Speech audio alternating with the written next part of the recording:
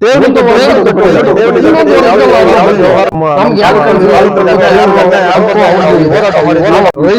ಮತದಲ್ಲಿ 500 ಮತ ತೆಗೆದಾಕ್ಬಿಟ್ರೆ ಇನ್ನ 100 ಮತ ಹೆಂಗೆ ತಾಲೂಕು ಲೆವೆಲ್ ಸೊಸೈಟಿ ನಡೆಸ್ತೀರಾ? ಮೊನ್ನೆ TAPMC ನಲ್ಲಿ ಎಲೆಕ್ಷನ್ ನಡೆದಾಗ ಒಬ್ಬೊಬ್ಬ ಡೈರೆಕ್ಟರ್ 300ರಿಂದ 400 ಓಟ್ ತಕೊಂಡವ್ರೆ. ಅವರು ಕರೆಕ್ಟ್ ಡೈರೆಕ್ಟರ್ ಆದ್ರೆ ಅವ್ರು ಹೋರಾಟ ಮಾಡ್ಬೇಕು ನಿಂತ್ಕೊಂಡು. ನಮ್ಗೆ ಓಟ್ ಹಾಕಿದ್ದಾರೆ, 400-500 ಓಟ್ ತಕೊಂಡಿದೀವಿ ಒಬ್ಬೊಬ್ರು. ಇವಾಗ 117 ಓಟ್ ಬಂದ್ಬಿಟ್ಟಿದೆ. ನಮ್ಗೇನಾದ್ರು ಕಿಂಚತ್ತು ಮನೆ ಇದ್ರ ತಲೆನಲ್ಲಿ ಬುದ್ಧಿ ಇದೆಯಾ ಇಲ್ವಾ? ಅವ್ರು ಬಂದು ಹೋರಾಟ ಮಾಡ್ತಿದ್ರೆ ನಾವು ಒಳಗಡೆ ಕೂತ್ಕೊಂಡಿದೀವಿ. ಸರ್ಕಾರನೇ ಮಾಡಿದ್ಯಾ ಇಲ್ಲ ಇವ್ರ ಮೇಲೆ ಬಂದ್ಬಿಡಿ ಅಂತ ಇವರೇ ಮಾಡಿದ್ದಾರೆ. ಕನಿಷ್ಠ ಪಕ್ಷ ಬಂದಿಲ್ಲ, ಬೆಂಬಲ ಕೂಡ ಕೊಡ್ತಾ ಇಲ್ಲ. ಓಟ್ ಮಾತ್ರ ತಕೊಂಡ್ರೆ ಅವತ್ತು ನಮ್ಗೆ ಗೊತ್ತಾಗುತ್ತೆ. 1 ವರ್ಷ ತಪ್ಪೋಯ್ತು, ಇನ್ನೊಂದು ವರ್ಷದಲ್ಲಾದ್ರೂ ಬಂದು ನಮ್ಗೆ ಯಾಕೆ ಕಳ್ಸಿಲ್ಲ ಅಂತ ಕೇಳುವ ಹಕ್ಕು ಅವ್ರದ್ದು ಇದೆ. ನಾವು ರೈತರದು, ಆ ರೈತರಿಗೆ ಉಪಯೋಗ ಆಗ್ಬೇಕು ಅಂತ ಇರೋದೇ ತಾಲೂಕ್ ಸೊಸೈಟಿ. ಈಗ ಅದರಲ್ಲಿ ರಾಜಕೀಯಗಳು ಯಾರು ಮಾಡಲ್ಲ. ಅವ್ರದ್ದು ತೆಗೆಯೋದು ಇವ್ರು ತೆಗೆಯೋದು ಅದೆಲ್ಲ ಯಾರು ಮಾಡ್ತಾರೆ? ಇವಾಗ ಅವ್ರದ್ದು ಉಳ್ಕೊಂಡಿದೆ ವೋಟಿಂಗ್ ಪವರ್, ಕಟ್ಟದೆ ಇರೋದಿಲ್ಲ. ಶೇರ್ ಮಾತ್ರ ಹಂಗೆ ಇರ್ತದೆ. ಸುಮ್ನೆ ಬಂದು ಅವ್ರ ಕಾರ್ಯದರ್ಶಿನೂ ಹೊಸದಾಗ ಆಯ್ಕೆ ಆಗಿದ್ರು, ಅವ್ರ ಮೇಲೆ ಬಂದ್ ಗಲಾಟೆ ಮಾಡೋದು ಅದಕ್ಕೇನ್ ಸರಿ ಇರತ್ತೆ? ಅವ್ರು ಬಿಟ್ಟು ಸುಮ್ನೆ ಗುಂಪುಗಳು ಕಟ್ಕೊಂಡ್ ಬರೋದು, ಅವ್ರ ಮೇಲೆ ಬರೋದು, ಇದ್ ಮಾಡೋದು ಎಷ್ಟ್ ಮಟ್ಟ ಸರಿ ಹೇಳಿ? ಅವ್ರ ಆರೋಪ ನಿರಾಧಾರ. ನೋಟಿಸ್ ಕೊಡೋ ಜವಾಬ್ದಾರಿ ಸೆಕ್ರೆಟರಿ. ಅವ್ರು ಕಳ್ಸಿದಾರೋ ಇಲ್ವೋ ಅದು ತಿಳ್ಕೊಂಡು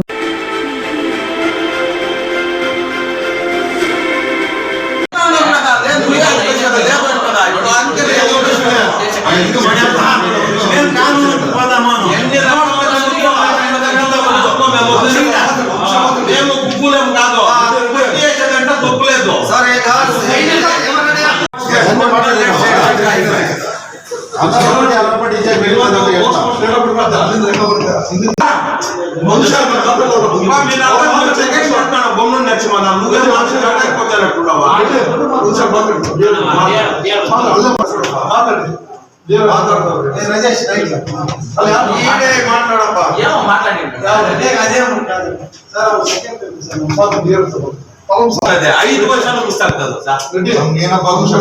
ಈಗ ಒಂದು ಸಿಸ್ಟಮ್ ಒಂದು ಗ್ರೂಪ್ ಮಾಡಿ, ವಾಟ್ಸ್ಆಪ್ ಗ್ರೂಪ್ ಮಾಡಿ, ಅಡ್ಮಿನ್ ಅವರೇ ಇಟ್ಕೊಂಡಿದ್ದಾರೆ. ಆ ಗ್ರೂಪ್ ಮೆಸೇಜ್ ಆಗ್ತದೆ.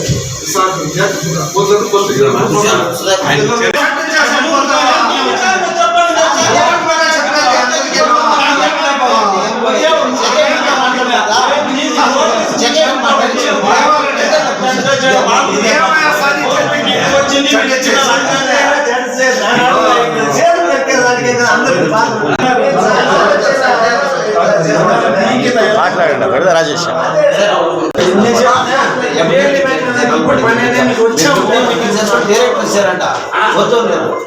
ఆ మీటింగ్ ಸೇರಿಸಿದ್ರೆ ಇದು ಮಾತಾಡ್ದೆ ಕಾಂಪ್ಲಿಕೇಟೆಡ್ ಇದ್ರೆ ಈಗ ನೋಟಿಸ್ ಕೊಡಿ, ನಾನು ನಾಳೆ ನಿಮ್ಗೆ ಲಿಸ್ಟ್ ಕೊಡ್ತೀನಿ. ಮಾಡ್ತೀಯಾ ಇವಾಗ ಅದು ಸಿಂಪಲ್ ಆಗಿ ಕೊಡು. ರೇಟಿಂಗ್ ಅಲ್ಲಿ ಇಷ್ಟು ಜನ ಇದ್ದಾರೆ ಅಂತಂದ್ರೆ ಬರ್ಕೊಡು.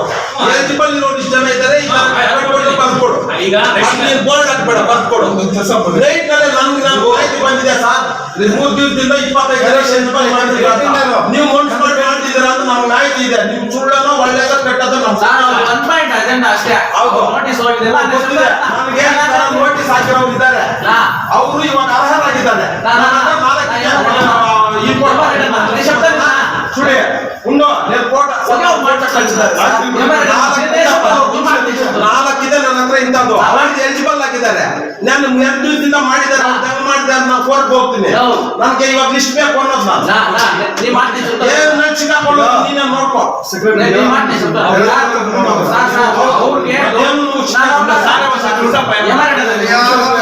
ಅವ್ರು ಡೌಟ್ ಬಂದಿರೋದೇನು ಅಂದ್ರೆ ಈ ತರ ನಿನ್ ಮನೆ ಕಲ್ಸಿದ್ಯಾ, ಅನರ್ಹದ್ದು ಒಂದ್ ಲಿಸ್ಟ್ ಮಾಡಿರ್ತೀಯ, ಅರ್ಹರ್ ಒಂದ್ ಲಿಸ್ಟ್ ಮಾಡಿರ್ತೀಯ.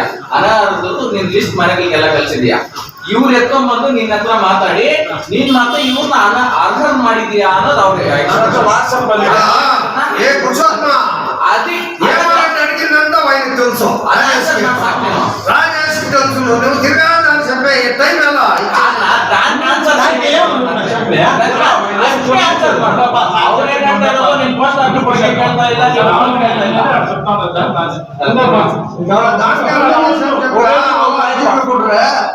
ನಮ್ ಲಿಸ್ಟ್ ಮಾಡಿ సాసవగే సెకండ్ ఇప్పుడు మా లక్ష్మణాపురం 2000 కట్టినాడు ఏమి ఆమూల కట్టినారు వాయింది వచ్చిందిలే రేపు పొద్దునే మేము ఎందుకు వస్తాడు ఎట్లా చేస్తుంది అడగచ్చు నువ్వే అనుకో ఇప్పుడు లక్ష్మణాపురం 2000 రెసిప్ట్ ఉంది అబ్బా వాయింది తప్పు అయింది తిద్దుపడి ఏం వస్తాయి కరెక్షన్స్ ఇప్పుడు తిద్దుపడి ఇప్పుడు ఇచ్చే లిస్ట్ లో ఇంత ఉండేదా రేపు పొద్దునే వస్తుంది నువ్వే అడుగుతావా ఎట్లా వచ్చా లక్ష్మణాపురం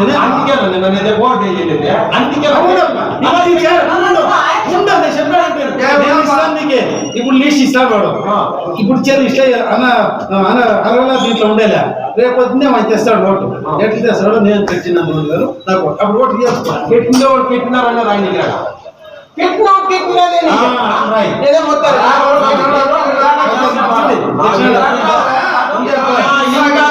ಮಾಹಿತಿ ಬಂದಿರೋದು ಆಗಿತ್ತು ನೀವು ಕೆಟ್ಟಿದ್ದೇನೆ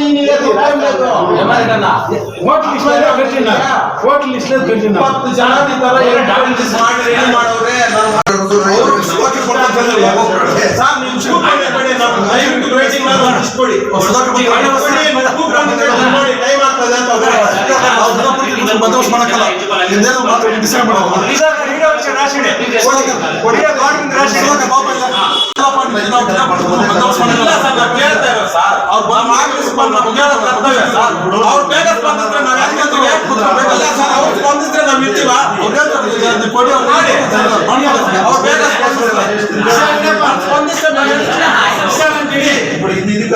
యాక్చువల్లీ నేను వాక్యులేషన్ అయితే పెద్దగా చేస్తాను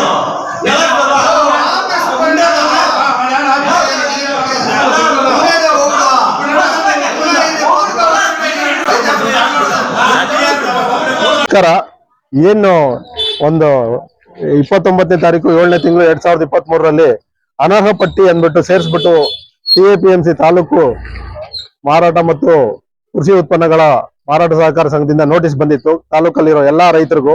ಇದ್ರ ಬಗ್ಗೆ ರೈತರಿಗೆ ಒಂಥರ ಪ್ರಾಬ್ಲಮ್ ಕ್ರಿಯೇಟ್ ಆಗಿ ಅವರಷ್ಟವರೇ ಇಲ್ಸಲ್ದ ಯೋಚನೆಗಳು ಮಾಡ್ಕೊಂಡು ನಮ್ಮ ಹತ್ರ ಬಂದಿದ್ರು.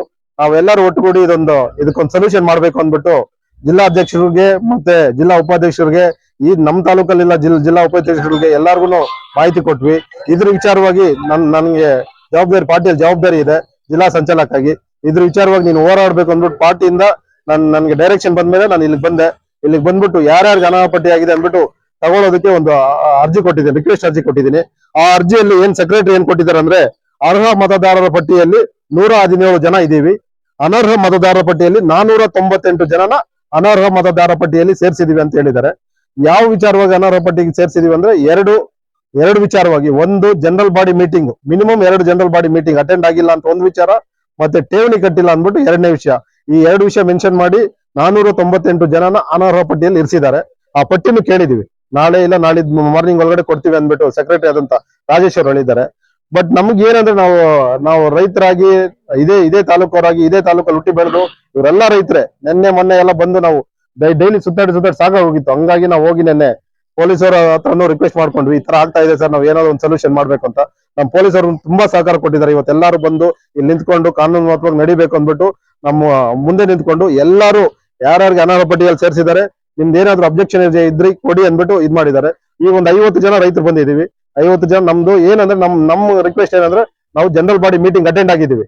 ನಾವು ಎಲ್ಲ ನಮ್ಗೆ ಯಾವ್ದೇ ನೋಟಿಸ್ ಬಂದಿದೆ ಆ ಜನರಲ್ ಬಾಡಿ ಮೀಟಿಂಗ್ ಎಲ್ಲಾ ಮೀಟಿಂಗ್ ಅಟೆಂಡ್ ಆಗಿದ್ವಿ.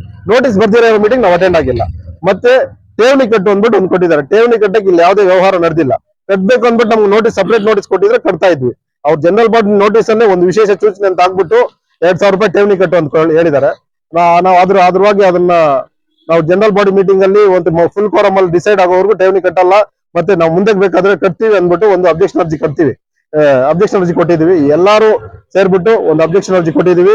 ಈ ತರ ನಾವು ಠೇವಣಿ ಕಟ್ಟೋದಕ್ಕೆ ಅವಕಾಶ ಕೊಟ್ರೆ ನಾವು ಠೇವಣಿ ಕಟ್ತೀವಿ. ಮತ್ತೆ ಅರ್ಹ ಮತದಾನ ಪಟ್ಟಿಯಲ್ಲಿ ನಮ್ಮೆಲ್ಲರನ್ನು ಸೇರಿಸಬೇಕು ಅಂದ್ಬಿಟ್ಟು ಒಂದು ಅರ್ಜಿ ಕೊಟ್ಟಿದೀವಿ. ಈ ಅರ್ಜಿ ವಿಚಾರವಾಗಿ ಇಲ್ಲಿನೂ ಕೊಟ್ಟಿದೀವಿ. ಮತ್ತೆ ಇದೇ ನಾವು ಅಕ್ನಾಲಜ್ಮೆಂಟ್ ಎತ್ಕೊಂಡೋಗಿ ಕೋಲಾರಲ್ಲಿರೋ DR ಆಫೀಸರ್ನು ನೆನ್ನೆ ಮಾತಾಡಿದೀವಿ. ಅವ್ರಿಗೂ ಒಂದು ಅರ್ಜಿ ಕೊಟ್ಬಿಟ್ಟು ಅದು ಮುಂದೆ ಕಾನೂನಾತ್ಮಕ ಯಾವ ತರ ಹೋಗ್ಬೇಕು, ಯಾವ ತರ ಮಾಡ್ಬೇಕು ಅಂದ್ಬಿಟ್ಟು ನಾವು ಇದ್ರ ಮುಖಾಂತರ ನಾವು ಇದ್ ಮಾಡ್ತೀವಿ. ಇದಕ್ಕೆ ಸಹಕಾರ ಕೊಟ್ಟಿರೋದು MR ರೆಡ್ಡಿ, ಮುನ್ಸಾಮ್ ರೆಡ್ಡಿ, ದಾಸೇಪಲ್ಲಿ ಗೋವಿಂದಣ್ಣ, ರಾಯಚಂದ್ರ ರಾಮಕೃಷ್ಣಣ್ಣ, ಇನ್ನ ಸೀತಣ್ಣ, ಇವರೆಲ್ಲರೂ ಎಲ್ಲಾ ರೈತರು ಇದ್ದಾರೆ.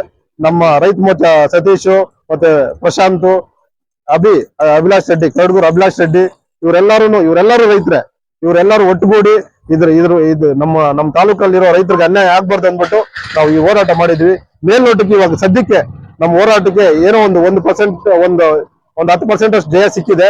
ನಾವು ಮುಂದೆ ಇದನ್ನ ಅರ್ಹ ಮತದಾರ ಪಟ್ಟಿಯಲ್ಲಿ ಬಂದ್ಬಿಟ್ಟು ಇಷ್ಟು ಜನ ಅರ್ಹ ಮತದಾರ ಇದ್ದಾರೆ, ಇಷ್ಟು ಜನ ಅನರ್ಹ ಮತದಾರ ಇದ್ದಾರೆ ಅಂತ ಹೇಳಿದ್ದಾರೆ. ಗೊಂದಲ ಏನಂದ್ರೆ ಸೊಸೈಟಿಯಲ್ಲಿರೋ 600 ಮತದಲ್ಲಿ 500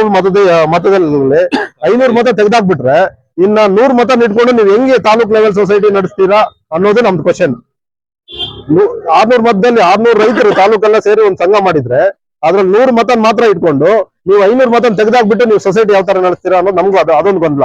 ಮತ್ತೆ ಈ ಸೊಸೈಟಿ ಪ್ರೈಮರಿ ಉದ್ದೇಶ ಇದು ಪ್ರೈವೇಟ್ ಸೊಸೈಟಿ ಅಲ್ಲ, ಇದು ಗೌರ್ಮೆಂಟ್ ಸೊಸೈಟಿ. ಎಲ್ಲಾ ರೈತರಿಗೋಸ್ಕರ ಗೌರ್ಮೆಂಟ್ ಇಂದ ಅನುದಾನ ತರಬಹುದು, ಗೌರ್ಮೆಂಟ್ ಇಂದ ಯಾವುದೇ ಸೌಕರ್ಯಗಳು ಇವರು ಅರ್ಜಿ ಹಾಕೊಂಡು ತಗೊಬಹುದು. ಒಂದು ಎಲೆಕ್ಟೆಡ್ ಬಾಡಿನೇ ಇದೆ, ಆಡಳಿತ ಮಂಡಳಿನೇ ಇದೆ. ನಮ್ಗೆ ಏನ್ ಗೊಂದಲ ಅಂದ್ರೆ ಇವ್ರು ಯಾಕೆ ಈ ತರ ಗೊಂದಲ ಸೃಷ್ಟಿ ಆಗ್ತಾ ಇದೆ, ಇವ್ರಿಗೆ ಯಾಕೆ ಅನರ್ಹ ಮತದಾರ ಮಾಡ್ಬಿಟ್ಟಿದ್ರೆ 100 ಜನ ಆದ್ರೆ ಸಾಗೋಗುತ್ತಾ ಅಂತ ಲೆಕ್ಕಾಚಾರ.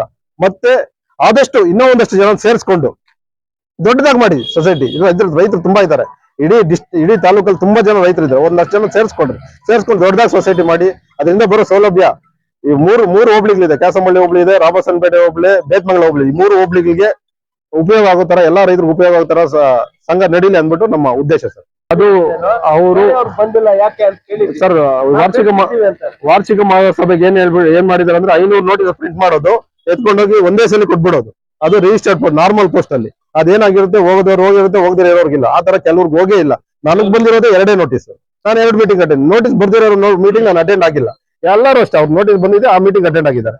ಅದಕ್ಕೂ ಈ ನೋಟಿಸ್ ಎಲ್ಲರಿಗೂ ರಿಜಿಸ್ಟರ್ ಪೋಸ್ಟ್ ಮಾಡವ್ರೆ, ಎಲ್ಲರಿಗೂ ಇದ್ರೆ ಮೊದಲನೇ ನಮ್ಮ ಸದಸ್ಯತೆ ಉಳ್ಕೊಬೇಕು, ನಾವು ಹೊರಗರ ಆಗ್ಬೇಕು ಅನ್ನೋದಕ್ಕೆ ನಾವು ಫೈಟ್ ಮಾಡ್ತಾ ಇರೋದು.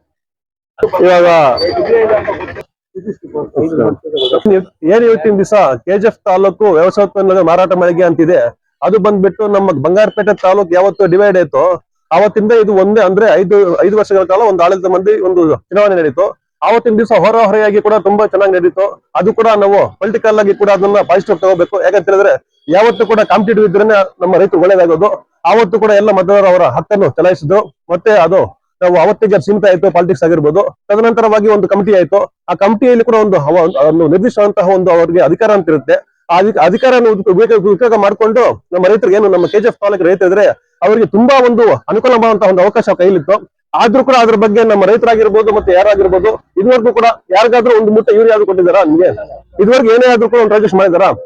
ಅದೇನು ಗೊತ್ತಾ, ಲೋಪದೋಷ, ನಮ್ಮ ರೈತರಿಂದ ಆಗಿರುವಂತಹ ಒಂದು ಲೋಪದೋಷ. ಏನಂತ ಹೇಳಿದ್ರೆ ನಾವು ಅದನ್ನ ಕೇಳ್ತಾ ಇಲ್ಲ, ಅವ್ರು ಅದನ್ನ ಮಾಡ್ತಾ ಇಲ್ಲ. ಅದು ಆಯ್ತು, 1ನೇ ಪಾಯಿಂಟ್ ಅದಾಯ್ತು. ಮತ್ತೆ ಏನು ಜನರಲ್ ಬಾಡಿ ಮೀಟಿಂಗ್ ಆಗ್ತಾ ಇತ್ತು ನೋಡಿ, ಪ್ರತಿ ವರ್ಷಕ್ಕೊಂದ್ಸರಿ ಮಾತ್ರ GBM ನೋಟಿಸ್ ಕಳಿಸ್ತಾ ಇದ್ರು. ಅದು ಕೂಡ ಸ್ವಲ್ಪ ಜನ ಬರ್ತಾ ಇರ್ಲಿಲ್ಲ. ಕಳೆದ 4 ವರ್ಷಗಳಲ್ಲಿ ಕೂಡ ನನಗೆ ಗೊತ್ತಿರೋ ಮಟ್ಟಿಗೆ 90% ಎಲ್ಲರಿಗೂ ಬರ್ತಾ ಇತ್ತು. ಆದ್ರೆ ಏನು ಕಳೆದ ತಿಂಗಳಾಯ್ತು 5ನೇ ಮೀಟಿಂಗು, ಆವಾಗ ಮಾತ್ರ ಯಾರಿಗೂ ಬಂದಿಲ್ಲ. ಎಸ್ಪೆಷಲಿ ಹೇಳ್ತೀನಿ ನೋಡಿ, ನಮಗೂ ಕರೆಕ್ಟ್ ಆಗಿ 4 ಬಂದಿತ್ತು. ಆದ್ರೆ 5ನೇ ಮೀಟಿಂಗ್ ಏನಾಯ್ತು, ಅದು ಬಂದಿಲ್ಲ. ಯಾಕಂತ ಹೇಳಿದ್ರೆ ಚುನಾವಣೆ ಮೀಟಿಂಗ್ ಇದೆ. ಅದು ಏನಂತ GBM ಬಂದ್ಬಿಟ್ಟು ಈ GBM ಅಲ್ಲಿ ಏನು ನಿರ್ಣಯ ಮಾಡ್ತಾರೆ ಅದು ನೆಕ್ಸ್ಟ್ ಎಲೆಕ್ಷನ್ ಗೆ ಇಂಪ್ಲಿಮೆಂಟ್ ಆಗುತ್ತೆ. ಆವಾಗ ನಾವು ಕೇಳ್ಬೋದು ಏನೋ ಡೌಟ್ ಇದ್ರೆ. ಅದಕ್ಕೋಸ್ಕರ ಏನ್ ಮಾಡಿದ್ರು, ಯಾರಿಗೂ ಅದು ನೋಟಿಸ್ ಕಳಿಸಿಲ್ಲ. ಅವ್ರು ಹೇಳ್ತಾರೆ ಪೋಸ್ಟಲ್ ಕಳ್ಸಿದ್ವಿ ಅಂತ. ಆದ್ರೆ ಮತ್ತೆ ನೆಕ್ಸ್ಟ್ ವಾರದಲ್ಲಿ ನಮ್ಗೆ ನೋಟಿಸ್ ಕಳಿಸಿದ್ದಾರೆ. ಅದು ಮಾತ್ರ ಎಲ್ಲರಿಗೂ ಬಂತು. ಮತ್ತೆ ಬಂದಿಲ್ಲ ಯಾರಿಗೂ. 5ನೇ ಮೀಟಿಂಗ್ ಮತ್ತೆ ಬಂದಿಲ್ಲ. ಮತ್ತೆ ಅದು ಕೇಳಿದ ತಕ್ಷಣ ನೋಟಿಸ್ ಹಾಕಿದ್ವಿ ಅಂತ ಹೇಳಿದ್ರೆ ನೋಡಿ, ನಮ್ಮ ರೈತರು ಬಂದ್ಬಿಟ್ಟು ಒಂದು ಮುಗ್ಧ ಮನಸ್ಸಲ್ಲಿರೋರು, ಅವರು ಎಜುಕೇಟೆಡ್ ಇಲ್ಲ ನಿಜವಾಗ್ಲೂ.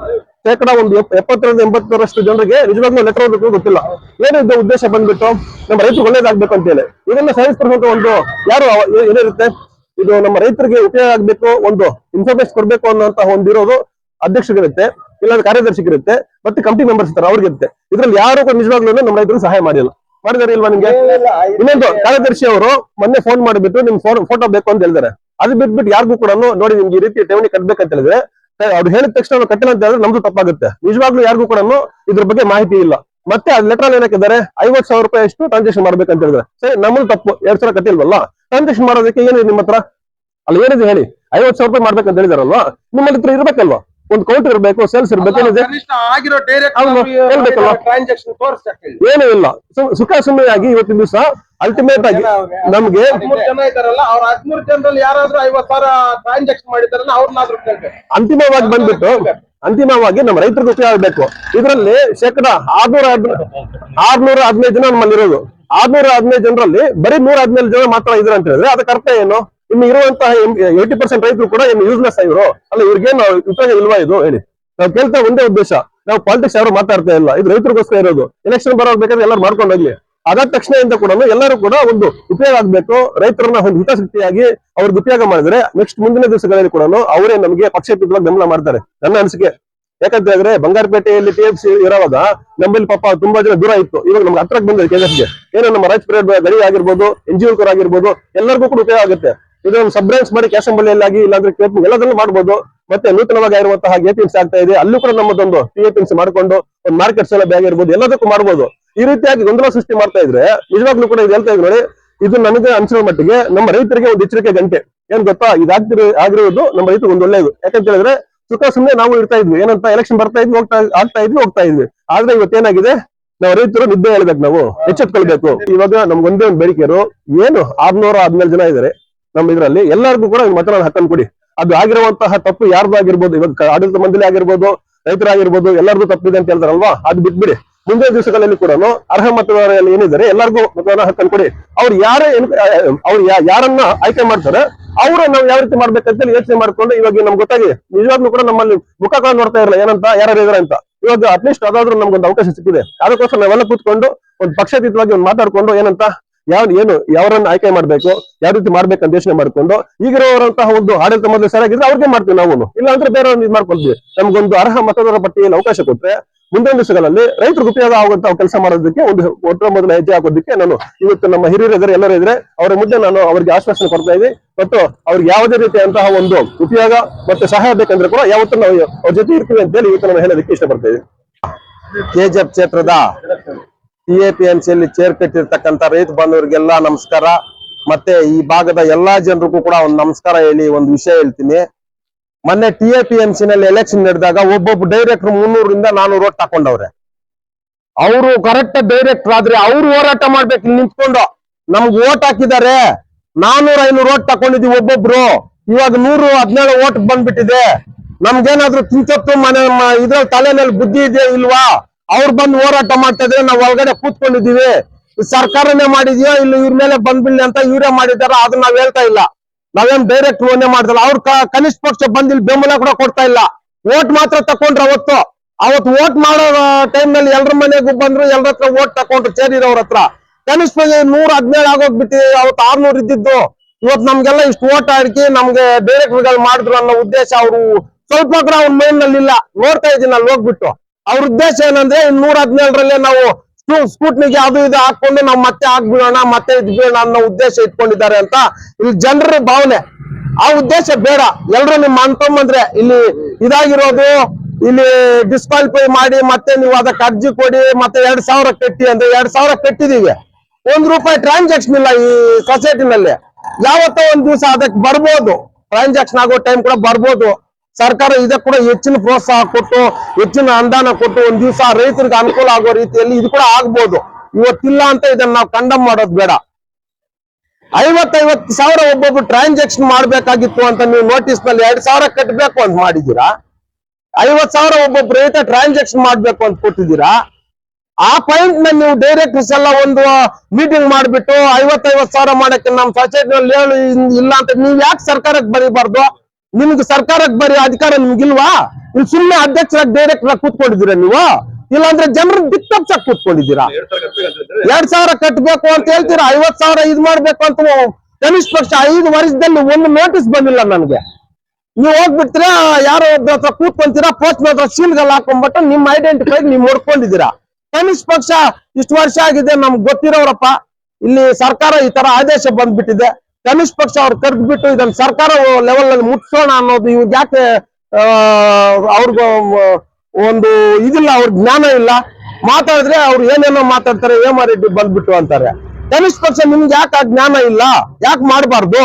ಏನ್ ಮಾಡಿದ್ರೆ ಏನ್ ತಪ್ಪು? ನಮ್ಗೆ ಓಟ್ ಬಂದ್ಬಿಟ್ರೆ ನಿಮ್ಗೆ ಏನಾದ್ರು ಕಷ್ಟನಾ? ನೀವು ಎಷ್ಟು ಮಾತ್ರ ಇದನ್ನ ಇವಾಗ ಮೀಟಿಂಗ್ ಕರೆದಿದ್ದಾರೆ ಅಂತ ಡೈರೆಕ್ಟರ್ ಎಲ್ಲ ಕೂತ್ಕೊಂಡಿರೋ ಕೆಲವ್ರು ಅಂದ್ಬಿಟ್ಟು ಕೇಳಿದ್ರೆ ನಾವು ಹೋದ ತಕ್ಷಣ ಇವ್ರು ಸೆಕ್ರೆಟರಿಗೆ ಮುಂಚೆ ಅವರೇ ಮಾತಾಡ್ತಾರೆ. ಕನಿಷ್ಠ ಪಕ್ಷ ಇಷ್ಟು ಓಟ್ ಹೋಗ್ಬಿಟ್ಟಿದೆ, ಇದನ್ನ ಮತ್ತೆ ಸರಿ ಮಾಡೋಣ ಅನ್ನೋದು ಒಬ್ರು ನಮ್ ಬಗ್ಗೆ ಮಾತಾಡ್ತಾ ಇಲ್ಲ. ಓಟ್ ಹಾಕ್ಸ್ಕೊಳ್ಳೋವಾಗ ಆ ಜ್ಞಾನ ಇರ್ಲಿಲ್ವಾ ನಿಮ್ಗೆ? ರೈತರ ಬಗ್ಗೆ ಕಾಳಜಿ ಇಲ್ವಾ ನಿಮ್ಗೆ? ನೀವಿಲ್ಲ ಗೂಟ ಹೊಡ್ಕೊಂಡಿದ್ ಬಿಡ್ತೀರಾ? ಹೇಳಿ, ನ್ಯಾಯ ಧರ್ಮ ಅನ್ನೋದೊಂದು ಇರ್ತದೆ. ಇವಾಗ ರೈತರು 117 ಜನ ಇಟ್ಕೊಂಡು ಇದನ್ನ ಎಷ್ಟು ಮಾತ್ರ ಇಂಪ್ರೂವ್ಮೆಂಟ್ ಮಾಡ್ತೀರ ನೀವು? ಅದ್ರಲ್ಲಿ ಬೇಡ ನೀವು ಕೂತ್ಕೊಂಡು ಹೋದ್ರೆ ಸಾಕು. ನೀವು TAPMC ಮೆಂಬರ್, ನಾವು ಡೈರೆಕ್ಟರ್, ಅಧ್ಯಕ್ಷ ಅನ್ಕೊಂಡು ಹೆಸರು ಬಂದ್ಬಿಟ್ರೆ ಸಾಕ. ಅದೊಂದು ಸ್ಥಾನಕ್ಕೆ ಬೆಳೆದ್ರೇನೆ ಅಲ್ವಾ ನಿಮ್ಗೆ ಒಳ್ಳೆ ಹೆಸರು ಬರೋದು. ಯಾಕೆ ನೀವು ಅದನ್ನ ಬೆಳ್ಸಕ್ ನೀವು ಇಷ್ಟಪಡ್ತಲ್ಲ?